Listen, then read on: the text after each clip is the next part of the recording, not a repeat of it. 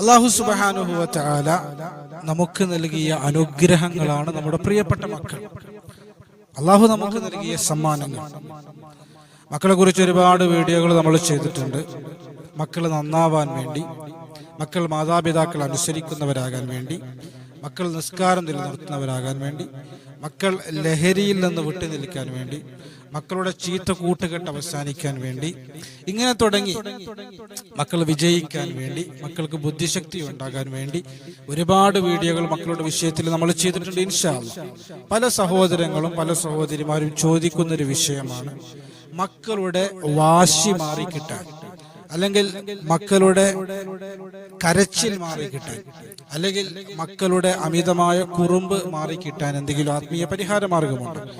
ഇൻഷാ അല്ലാഹ് നമ്മളത് പഠിക്കുകയാണ്, നമ്മളത് ചർച്ച ചെയ്യുകയാണ്. 7 വിഷയങ്ങളാണ് ഇൻഷാ അല്ലാഹ് നമ്മൾ ഈ മഹത്തായ മജ്‌ലിസിലൂടെ ചർച്ച ചെയ്യുന്നത്.